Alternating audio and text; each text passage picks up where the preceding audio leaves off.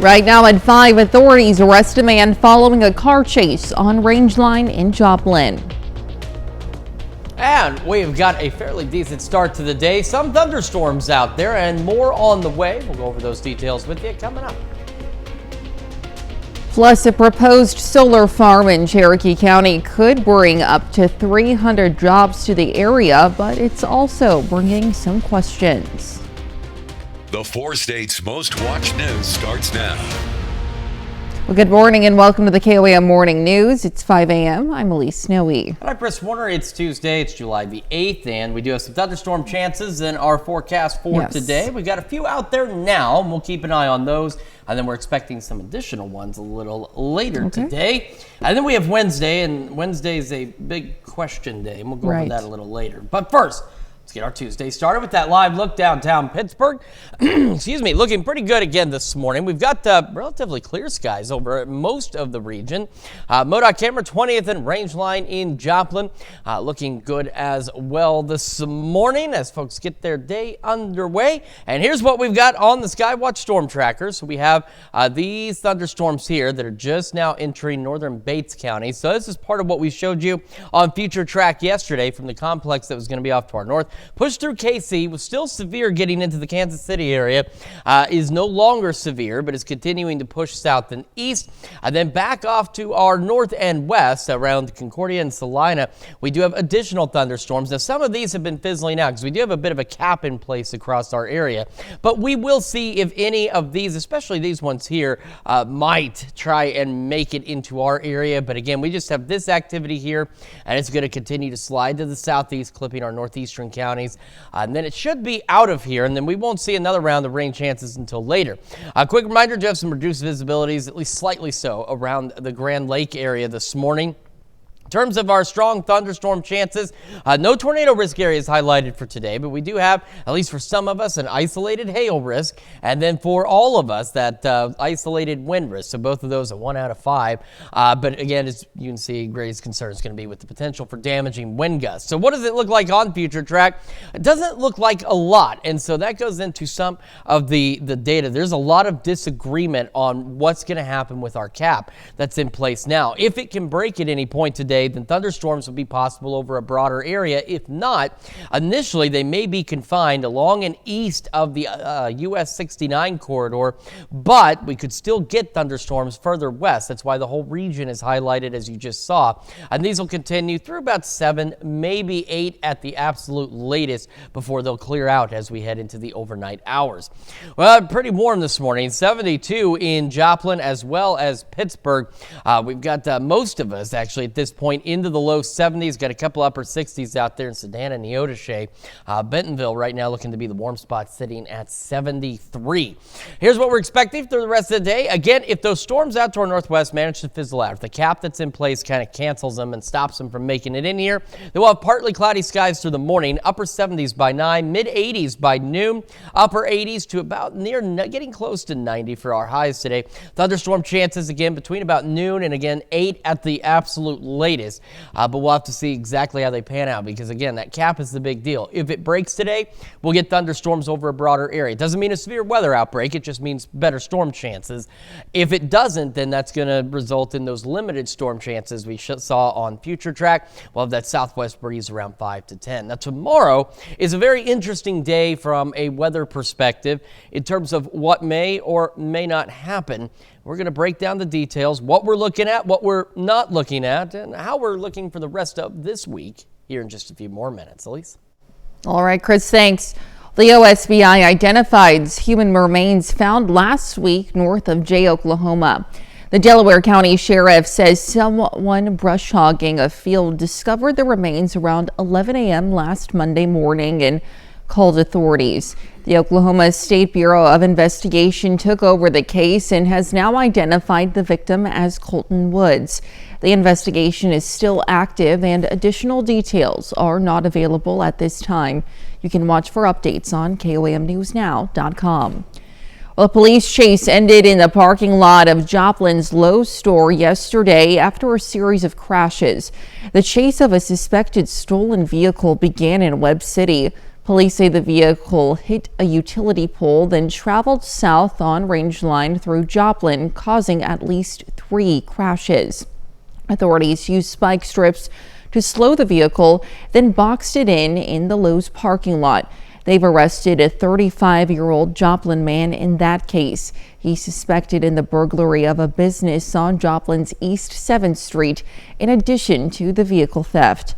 Authorities say we should expect additional charges for assault on officers, property damages, and other crimes. And to be the first to see breaking news, weather, and sports, you can download the KOAM News app. It's available free of charge in the Apple App Store and the Google Play Store. Just search for the KOAM News app.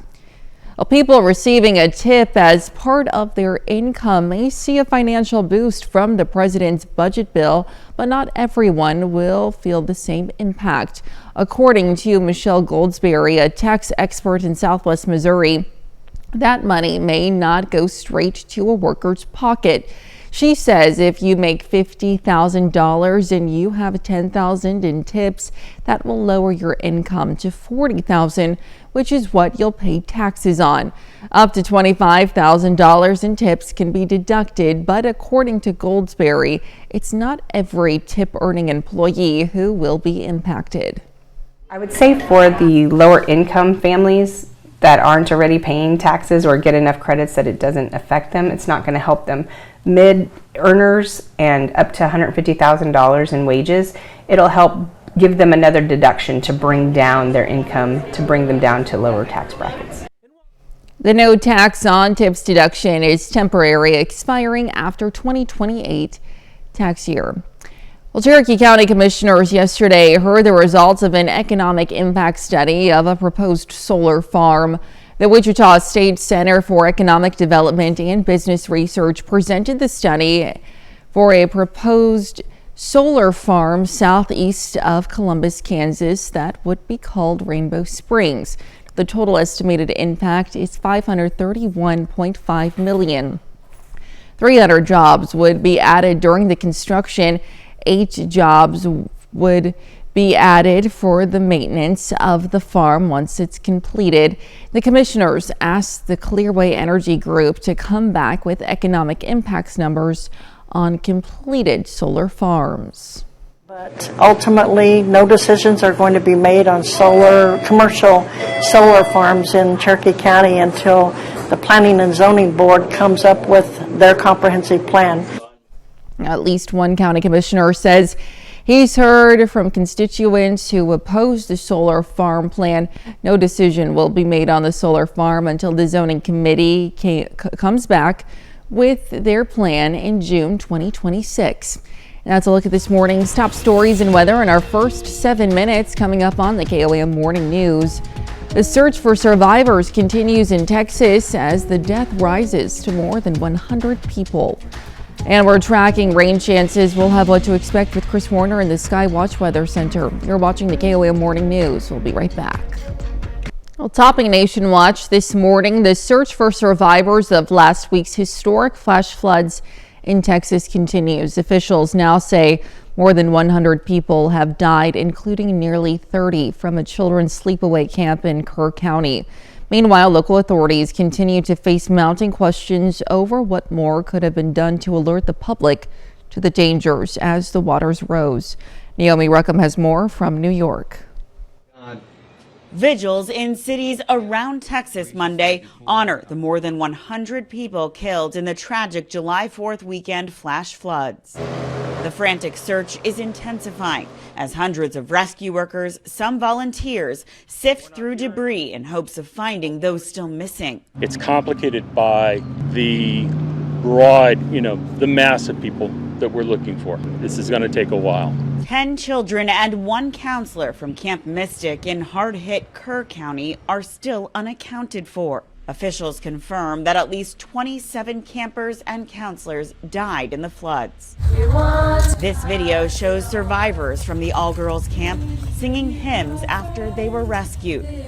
For parents of the children evacuated from Camp Waldemar, located 20 minutes away in Hunt, a long-awaited reunion. I had to wait a minute for them to hug their mom first. I'm kind of chopped liver, but ultimately when I did get the hugs, They were really sweet. The historic flooding has led to criticism over early warning systems. Texas Lieutenant Governor Dan Patrick tells CBS News that state lawmakers could consider funding new sirens in the coming weeks. Maybe that would have sparked people to say, oh, we have a massive disaster like 5 minutes away. Meanwhile, donations are now pouring in. It's about picking each other up as communities come together to mourn and rebuild. Naomi Ruckham, CBS News. Now, President Trump last night said he does plan to travel to Texas this Friday. Now, the Trump administration has faced criticism over recent cuts to the National Weather Service in the wake of the tragedy yesterday. The White House press secretary said the agency provided, quote, early and consistent warnings. And still to come, a new study has revealed that the health of children in the U.S. is on the decline. Plus, Chris Warner returns with another look at your Tuesday forecast. You're watching the KOAM Morning News. We'll be right back.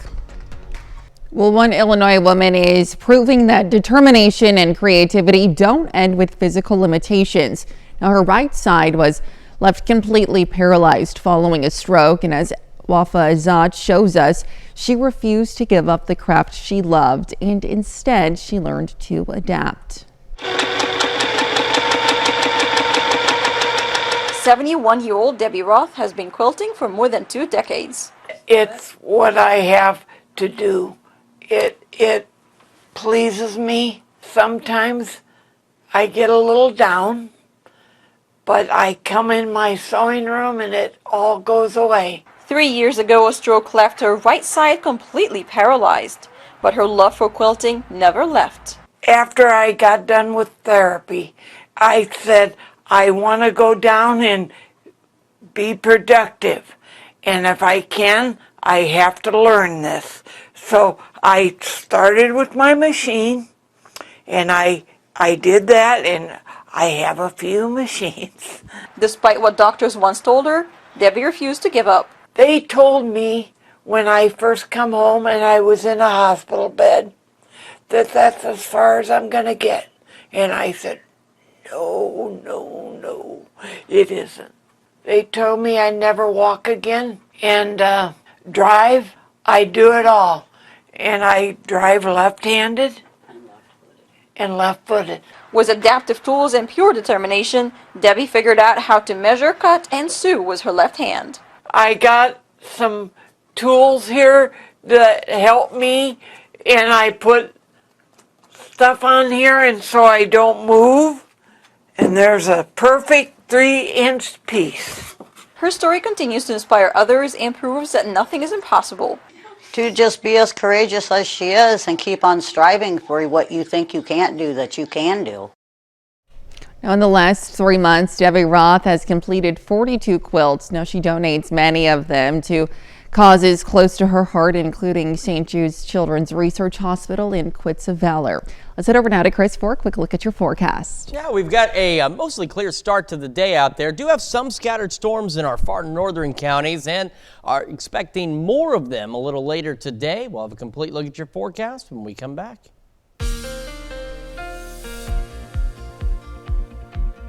Welcome back to the KOAM Morning News. It's now coming up on 5:21 on this Tuesday morning. Got a few scattered storms again. Right now, really focused into Bates County, so just to the north of Butler, around Deer Creek, north of Appleton City as well.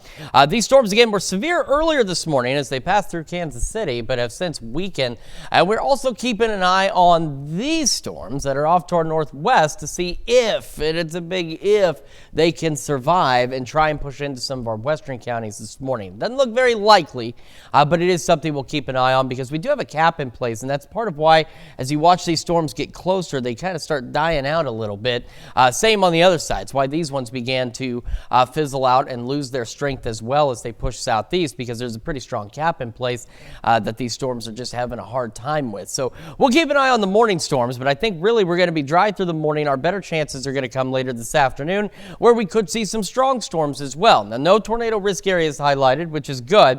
But we do have an isolated hail risk and an isolated wind risk, and that wind risk, of course, is across the entire area as we head into the afternoon and early evening hours. So Future Track also having a hard time because there's some questions on whether or not the cap will be able to break at some point today.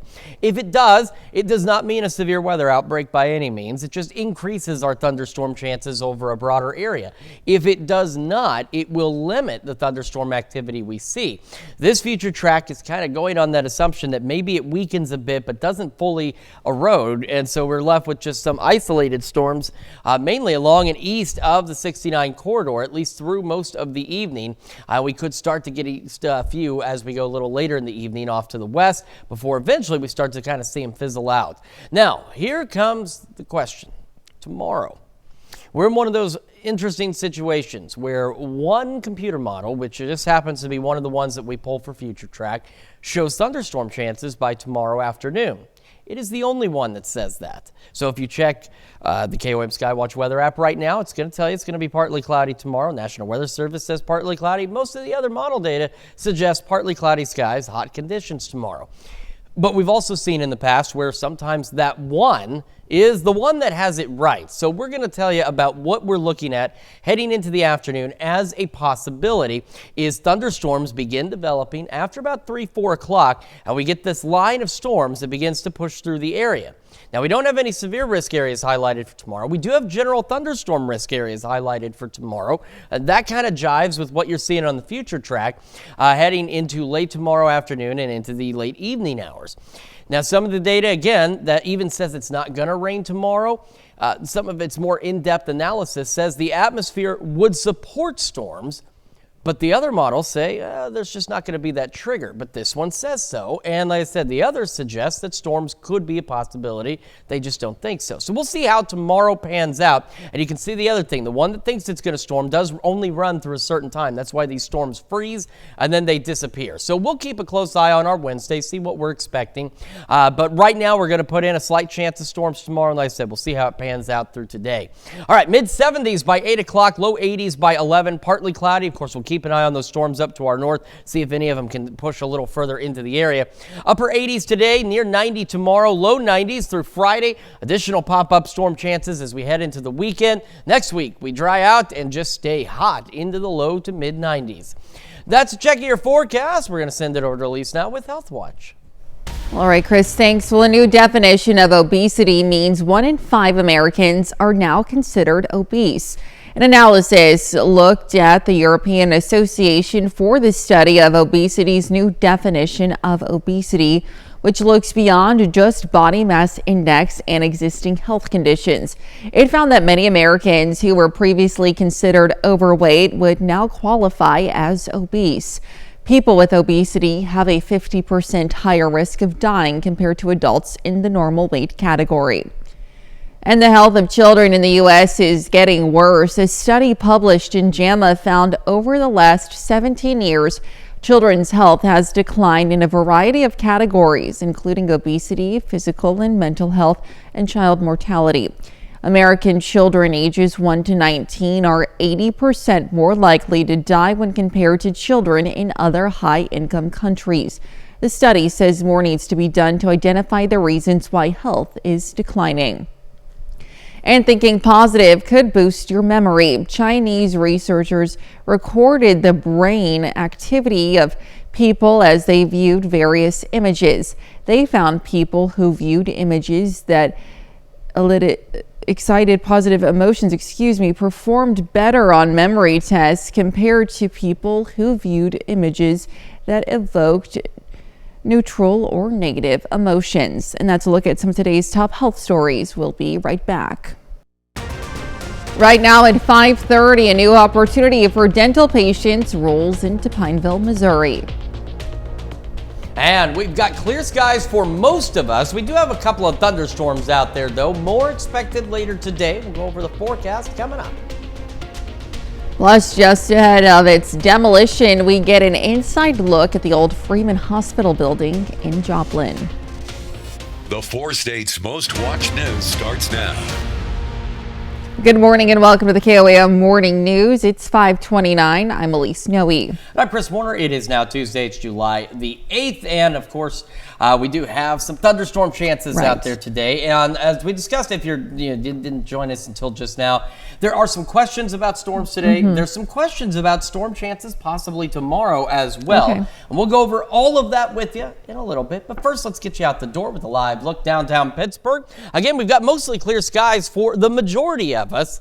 MoDOT camera 20th and range line looking good this morning as well. What we do have is a few isolated showers and storms in far northeastern Bates County. That's really it right now. But we are watching some other storms off to the northwest. So here's the thing.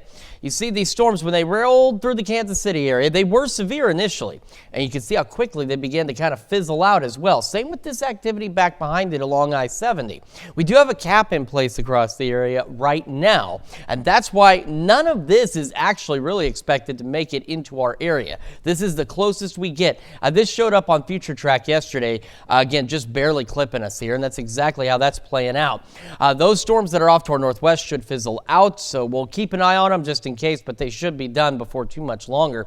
It's going to be into the afternoon where the questions come up on additional thunderstorms.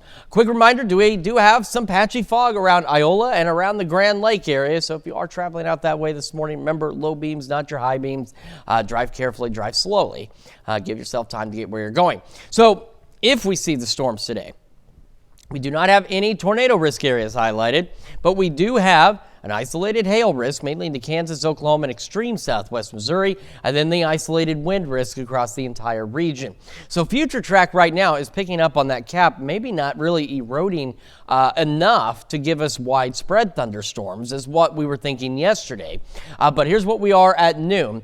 Right now, if the cap doesn't fully break or it stays somewhat in place, but just a couple of storms get through, then this is what it'll look like this afternoon, with the greater concentration of some of these scattered storms along and east of the US 69 corridor for most of the day, with maybe a few isolated storms off to the west, and most of them wrapping up by about 8 o'clock this evening. If the cap breaks, as I mentioned earlier as well, it does not mean a significant severe weather outbreak will take place. It just means there will be more thunderstorms across a broader area. So we have to keep an eye on that. One way or the other, just be prepared for some thunderstorm chances rolling into the afternoon. Pretty warm and muggy this morning, 72 in Joplin, 70 in Pittsburgh, and across the region we are sitting, most of us, into the low 70s. We do have some upper 60s here and there. And one thing we can check real quick is we'll take a look at the dew point right now. See, it's 70 up there. Humidity levels are high as well. So we do have the ingredients in place for storms. It's just a matter of if that cap will break later today or not. Upper 70s by 9, so partly cloudy skies. Thunderstorm chances again between about noon and say 8 at the latest. Highs today into the upper 80s and a southwest wind at around 5 to 10 miles an hour. Of course, we'll continue to track the storms this morning. Just make sure they do fizzle out as expected. And we're also going to break down the interesting scenario we have for Wednesday here in just a few more minutes. Elise? All right, Chris, thanks. Well, for the first time, Pineville residents are getting access to free dental care on wheels. The McDonald County Health Department partnered with the Elks Mobile Dental Program to provide vital preventative care to individuals with intellectual developmental disabilities and U.S. veterans. The service will be provided at the McDonald County Health Department's parking lot. We also have some availability just for individuals that are uninsured and just don't have dental access. Good idea. They want to get it down here, and so we talked and worked it out we had the logistics and the parking lot we could use, and so we got it worked where we get it down here and host it. The event is taking place right now through July 24th. If you would like to participate, you will have to schedule an appointment through the Elks Dental Program. And drivers in multiple counties in Missouri might also want to find alternate routes starting next week. MoDOT crews will be out in 5 counties for pavement sealing work beginning July 14th. Those counties are Barton, Jasper, Lawrence, Berry, and Stone. Drivers can expect one-lane traffic, flaggers, and pilot cars where crews are working. For a complete list of work locations, just head over to KOAMNewsNow.com. While plans to raise the old Freeman Hospital building are still in the works, we got a look at the condition of it from the inside. Over the weekend, KOAM took a walk through thanks to Economic Security Corp, the group behind the new plans. Now, much like a time capsule, there was old equipment and files dating back to the 1970s. Demolition on the old Freeman Hospital is set to begin next week. The Carthage Public Library hosted a 3D design class yesterday evening in the Steadley Family Legacy Center. The class gave attendees ages 12 and up a chance to focus on mastering 3D design software to create digital models. The workshop aims to equip aspiring designers with essential skills in three-dimensional technology. It's a lot more work than it seems, and it takes a lot longer than you think it would. It's not something that just pops out in an hour or two. Sometimes prints last all day, sometimes they last multiple days. You also have to make sure that all of it stays dry, and it's also kind of an expensive hobby to get into if you're not careful. The Carthage Public Library plans to continue offering similar technology-focused learning experiences going forward. And that's a look at our top news stories coming up this half hour on the KOAM Morning News. Some airport security rules are changing as some travelers will no longer need to remove their shoes during security checks. Plus, Amazon Prime Day officially starts today and some major retailers are also getting in on the action. We'll have the details. You're watching the KOAM Morning News. We'll be right back. In Consumer Watch this morning, extended families started traveling together more often during the pandemic, and the trend is not slowing down. Hotels and destinations are responding, unveiling bigger rooms and creating new ways for multiple generations of families to enjoy time together. Wendy Gillette has more in today's Travel Tuesday. Eric Rivenbark from North Myrtle Beach, South Carolina, is enjoying what's become an annual vacation with his wife, 3 kids, and his parents, this year in Europe. You can buy gifts for Christmas or for birthdays. And while we do that, but we don't do it on the scale that we used to, and we try to give experiences. It's the kind of sentiment spurring more multi-generational travel and why family-centric brands like Beaches are building bigger villas. Its resorts have seen a 50% increase in extended families vacationing together since the pandemic. Families are really looking to create memories in a way that is unprecedented in the history of travel. The Fairmont brand is also catering more to families. Some Americans visiting Alberta, Canada, make their first stop the Fairmont Pallister for a touch of Calgary's city life before heading to the mountains at Fairmont Banff Springs at Banff National Park. The hotel has a popular all-season alpine spa and a dozen dining options, and just added new family rooms with a twist. We have 20 of these rooms here in the hotel with bunk beds, and that's a new thing for us, and it's also something that's fairly new to the luxury industry. The Quail Lodge and Golf Club here in Carmel, California is seeing similar demand. Its redesigned 2,000 square foot villas are large enough to sleep 6 people. Along with 2 bedrooms and a large living room, the villas feature patios and fireplaces. The Quail's managing director says they're about 30% more popular than before the pandemic. People are looking to share experiences together. They value the time together. Families want to do things together. The experiences at Quail, one of those we stayed at for a special rate, include golf for all ages, spa for the grown-ups and for those 14 and older, a Land Rover off-road driving school.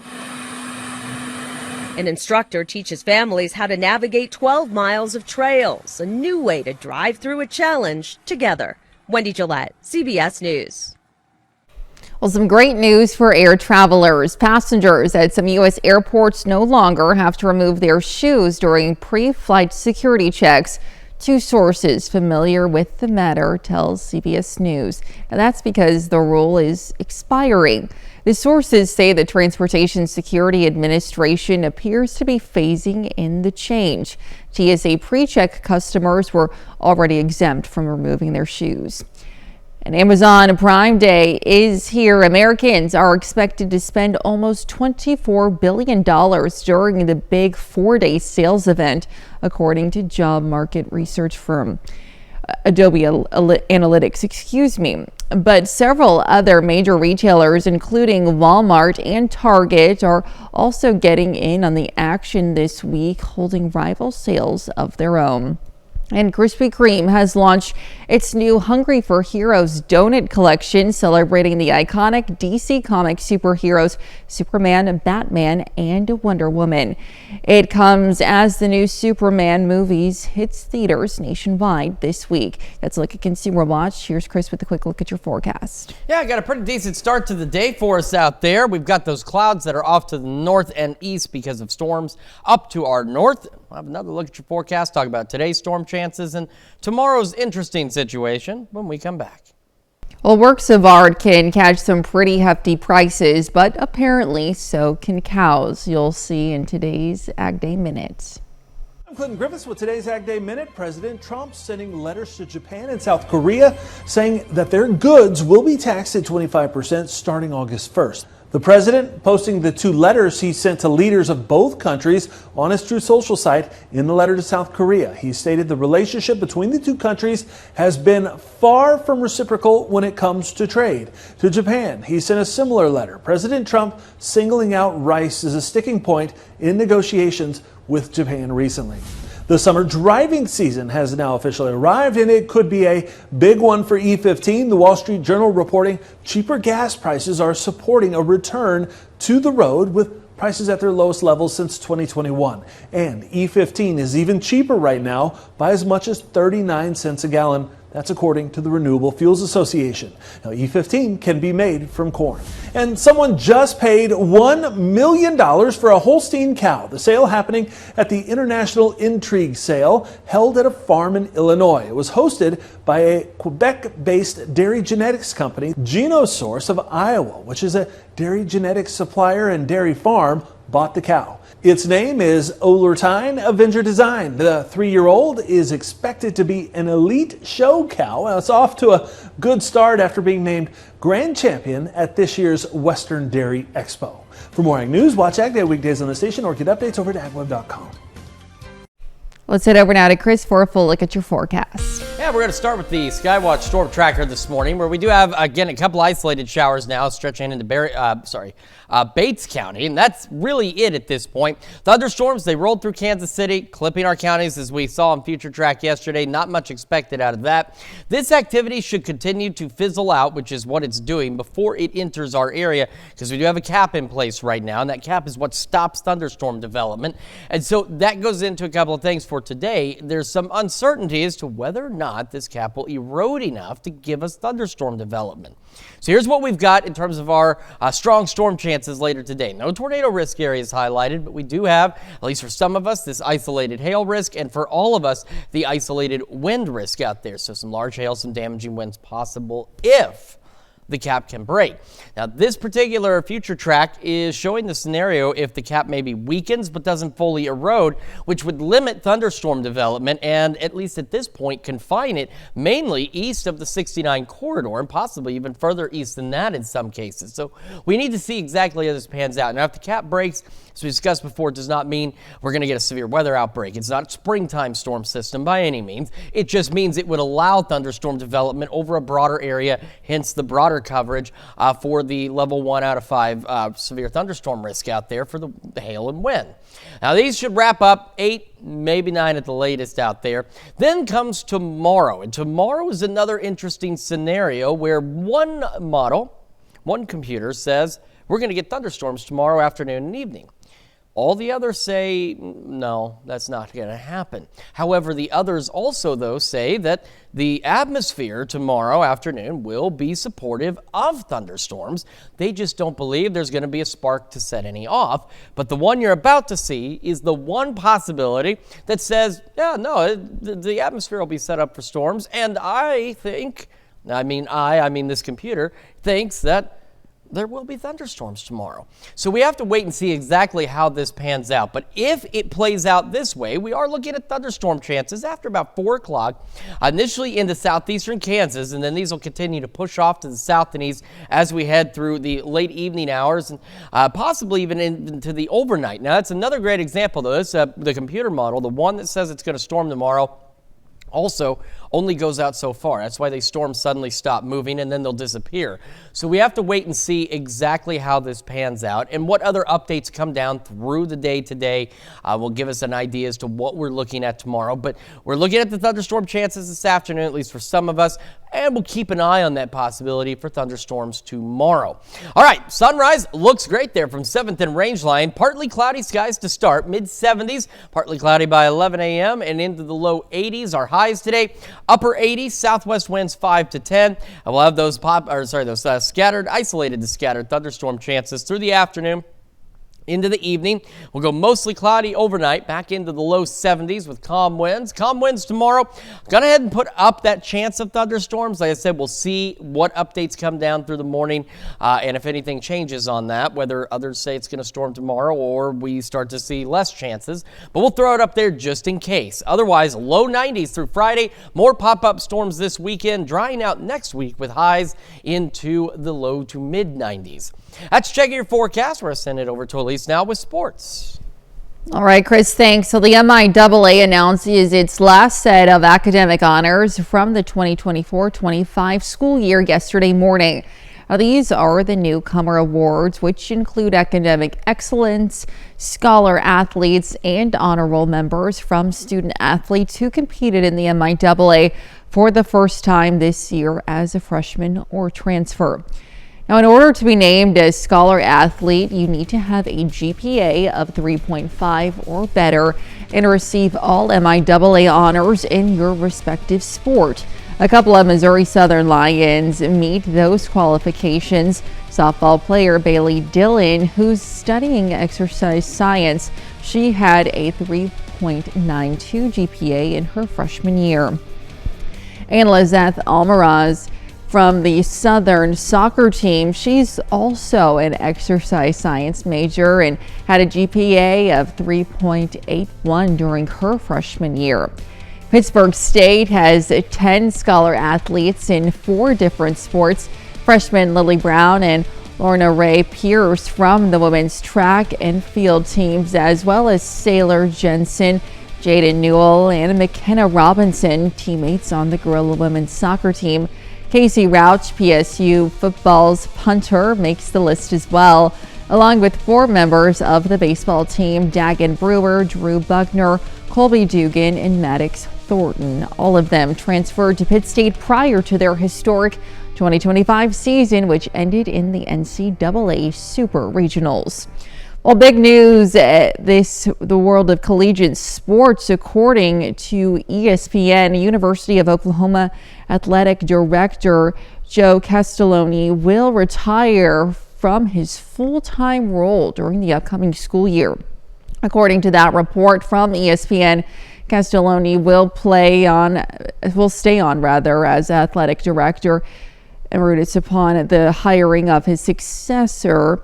He has held the position of AD since 1998, making him the longest tenured athletic director in major college sports. Now, under his direction, OU has won 26 national championships and 117 conference championships across all of its NCAA sports. And of course, he helped the Sooners make the transition from the Big 12 to the SEC just 1 year ago. In summer collegiate baseball, the Joplin Outlaws have the night off before they play a road series against the Piney Woods Timberhawks. Over in the Mink League, the Nevada Griffins were in action last night on the road. Yesterday evening, the Griffins faced the Chillicothe Mudcats. Now, they take one on the chin last night, 11-3. The final score, Mudcats win big. Nevada is back in action this evening, once again on the road. That's against the Jefferson City Renegades. That's a look at sports. We'll be right back. Well, people in Taiwan rushed to the zoo to watch a special animal celebrate her birthday. Yuan Zai, the female panda, celebrated her 12th birthday at the Taipei Zoo Sunday. She is the only panda of her species to be born in Taiwan. Yuan Zai's parents were born in China and gifted to Taiwan in December 2008.